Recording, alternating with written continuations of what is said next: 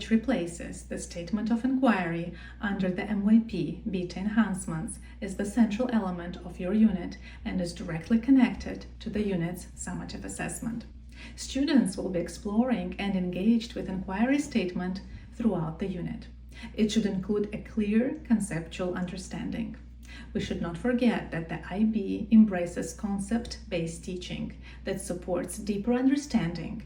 Thus, the content we teach should be viewed through a conceptual lens. I am Adilya Galyamova, and in this video, I will give you specific tips how to create a transferable, meaningful, and engaging inquiry statement. My recommendation is to begin with the content. Map out a web of the key ideas and knowledge for your unit. Then ask yourself, why is this important to teach? Why do my students need to know this? For example, in language acquisition, the content might include holidays, celebrations, and traditions. Why do students need to know this? Perhaps to understand culture or explore identity. When you reflect on your response, you will often find that you are already pointing toward your subject group concepts. If you then combine these concepts, for example, culture and identity, into one statement, this becomes your inquiry statement or the big idea that you want your students to understand. In our example, using culture and identity as the concepts, inquiry statement could sound like cultural practices shape identity. When we unpack this conceptual statement, we can see our selected concepts, culture and identity. You might then ask, but where is the content we will be teaching in this unit? The content is embedded in the word practices. The original conceptual statement, cultural practices shape identity, is broad and timeless. But in order for it to become an inquiry statement that works for your unit and your learners, let's say I have language acquisition, phase 2-3 students, it needs to be grounded with context. Here is how you can refine it. Cultural practices shape and reflect personal and collective identity. Now the statement keeps the conceptual focus. It clarifies the context by specifying personal or individual and collective or local. It makes the why are we learning this accessible to language learners. They can talk about their own identity, their family traditions, and community celebrations.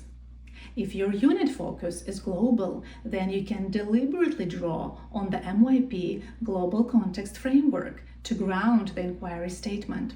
That framework provides 6 broad groups that help make learning relevant. The choice of whether or not to include context in your inquiry statement depends on the focus of your unit and its summative assessment. If your assessment asks students to engage with the context, then grounding the statement in those contexts will make learning more meaningful. It's also important to note that an inquiry statement must be transferable. This means it should not include subject-specific information. Why? Because the moment you embed specific unit content, the statement loses its transferability. The goal is to give students opportunities to engage with conceptual understandings across multiple disciplines. The more experiences they have with these broad ideas, the deeper their conceptual understanding becomes. For example, take the inquiry statement.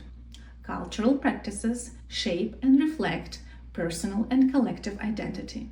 This statement is transferable. It could guide learning not only in language acquisition, but also in arts, language and literature, or individuals and societies.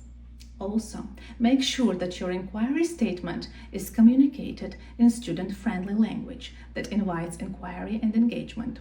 So do not formulate it in an overly complicated way so it's hard for students to engage with it, but also it should not be too simplistic. My recommendation is when creating your statement, keep in mind your students. If it's MYP year 1 or 2, then the statement should be formulated in a way that it's accessible for grade 6-7 students. If it's MYP year 5, then you can make it more complex. So those were some tips to keep in mind when creating your inquiry statement for your unit. If you're interested in learning how to formulate inquiry questions, please follow the link in the description. I hope you found the video useful and it will help you support your students in their conceptual development. If you would like to learn how to reinforce and facilitate concept-based teaching, you can sign up for the workshop I lead. The details are available on my website.